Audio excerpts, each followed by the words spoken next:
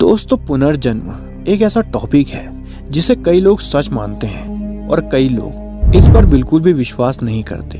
तो कुछ कहते हैं कि ऐसा होना बिल्कुल भी संभव नहीं है, लेकिन जब कभी ऐसी घटनाएं हमारे सामने होती हैं तो हमारा दिमाग ये सोचने पर मजबूर हो जाता है कि ऐसा कैसे हो सकता है, ये असंभव है।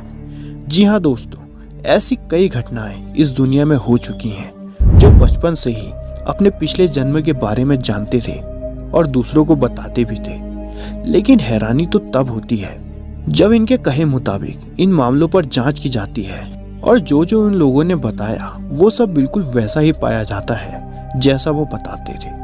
तो क्या पुनर्जन्म की बातें सच होती हैं? अगर आप भी मानते हैं कि ये सब बातें बेकार हैं, ऐसा कुछ भी नहीं होता, तो जी हाँ दोस्तों, आज की ये वीडियो आप ही के लिए है। ये वीडियो को पूरा देखने के बाद आपकी राय पुनर्जन्म के बारे में पूरी तरह से बदल जाएगी। आज मैं आपको एक ऐसे बच्चे की कहानी बताने वाला हूँ जिसे अपने पिछले जन्म की सारी बातें याद थीं। यही नहीं, उसने ये भी बताया कि कैसे उसे गोली मारकर उसकी हत्या कर दी गई थी। तो चलिए शुरू करते हैं इस बच्चे की कहानी। वीडियो के अंत तक बने रहिएगा। नमस्कार दोस्तों, मैं हूँ आपका दोस्त राज और स्वागत करता हूँ मेरी इस वीडियो में।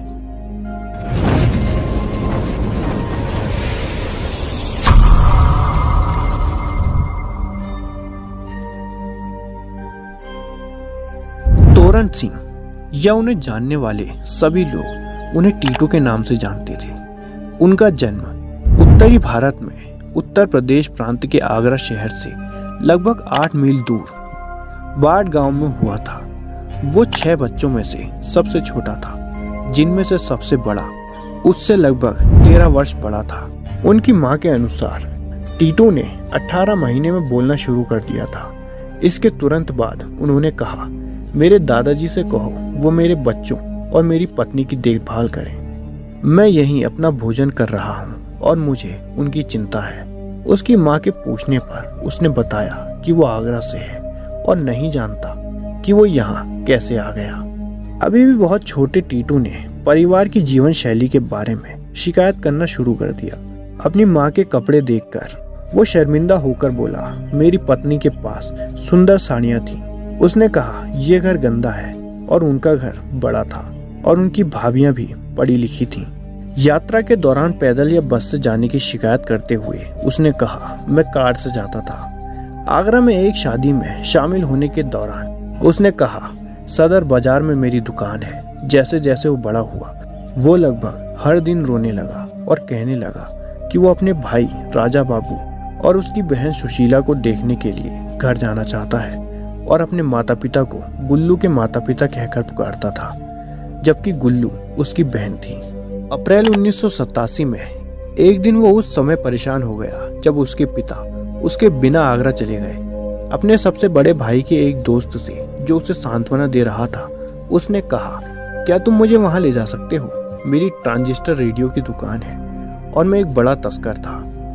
मैं सुरेश रेडियो का मालिक हूँ। इस सुराग पर आगे बढ़ते हुए भाई और उसके दोस्त ने इस नाम की दुकान तलाश करना शुरू कर दिया और उन्हें सदर बाजार में एक दुकान मिल गई। उन्होंने दुकान के मालिक की विधवा उमा को समझाया कि टीटू क्या कह रहा था और उसने उन्हें बताया कि मालिक सुरेश, जो एक प्रसिद्ध काला बाजार तस्कर भी था, उसकी लगभग 30 साल की उम्र में गोली मारकर हत्या कर दी गई थी 28 अगस्त 1983 को। दोनों परिवार पहले कभी नहीं मिले थे।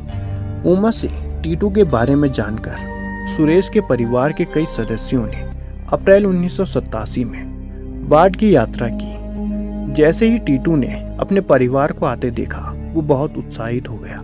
उन्होंने सुरेश की विधवा, माता पिता और मौजूद सुरेश के 3 भाइयों में से 2 को पहचान लिया और सुरेश के जीवन और परिस्थितियों के बारे में बयान देना शुरू कर दिया।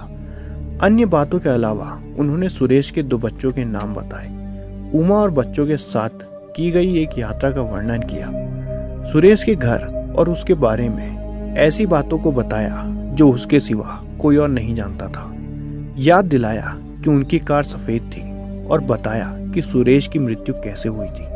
सुरेश के जीवन और परिस्थितियों के संबंध में सभी कथन सटीक साबित हुए। सुरेश का परिवार टीटू के ज्ञान की परीक्षा लेता रहा। बाद में आगरा की यात्रा पर उसे पकड़ने की कोशिश में उन्होंने उसे रेडियो और टीवी की दुकान पर ले जाने का इरादा किया, जो कि सुरेश की थी। लेकिन वास्तव में वे उसे एक ऐसी ही दुकान में ले गए जो सुरेश के भाई की थी।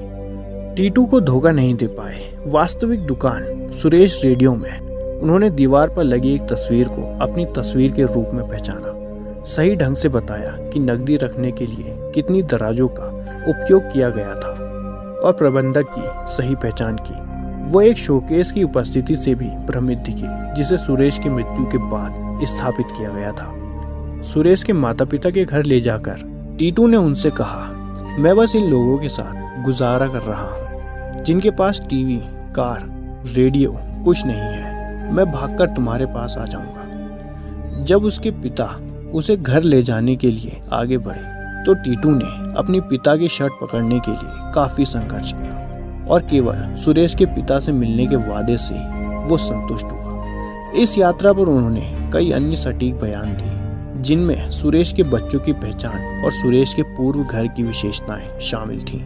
कुल मिलाकर टीटू ने अपने पूर्व परिवार से मिलने से पहले 15 सत्यापित बयान दिए और बाद में 31, साथ ही 10 लोगों और 4 स्थानों की सही पहचान की।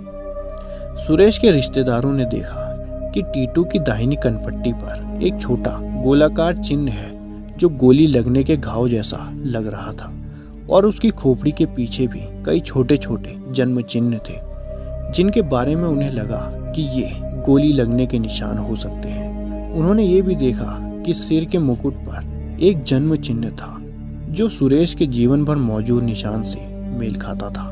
मिल्स और उसकी टीम ने इस मामले की जांच की थी। सुरेश की पोस्टमार्टम रिपोर्ट की जांच करने पर मिल्स ने पाया कि प्रवेश घाव टीटू के जन्म चिन्ह के समान स्थान पर था, दाहिने मंदिर पर, और निकास घाव उसके दाहिने कान के पीछे था। टीटू की जांच करने पर उसने पाया कि उसकी खोपड़ी उसके दाहिने कान के पीछे कुछ हद तक बाहर की ओर निकली हुई थी। सुरेश के परिवार ने देखा कि टीटू सुरेश की तरह ही सक्रिय, निडर और गर्म स्वभाव का था। मिल्स ने खुद देखा कि टीटू ने गुस्से में आकर दूसरे लड़के को गन्ने से पीटा था। जब मिल्स ने चूड़ी खरीदने में रुचि दिखाई तो उसने विक्रेता को इसके लिए पैसे वसूलने पर गोली मारने या लात मारने की धमकी दी थी। जब मिल्स और उसकी टीम टीटू को सुरेश रेडियो पर ले गई तो टीटू ने ऐसे व्यवहार किया मानो वो अभी भी मालिक हो और प्रवेश करते और बाहर निकलते समय एक स्टूल को जोर से मारता था। ये आदत सुरेश की थी। सुरेश के पिता के अनुसार टीटू कार में टेप डेक चलाने में सक्षम था, हालांकि उसने पहले कभी ऐसा नहीं किया था। वो सुरेश के भाई की देखरेख में steering wheel, gas pedal, brake और क्लच का संचालन करते हुए थोड़ी दूर तक कार चलाने में भी सक्षम था। दोस्तों, अब आप बताइए इस पुनर्जन्म की स्टोरी के बारे में आप क्या सोचते हैं? हमें कमेंट करके ज़रूर बताइएगा। वीडियो पसंद आई हो तो लाइक करके ज़रूर जाइएगा और ऐसी इंटरेस्टिंग और इन्फॉर्मेटिव वीडियोस के लिए हमारे चैनल को शेयर और सब्सक्राइब करना ना भूलें। धन्यवाद।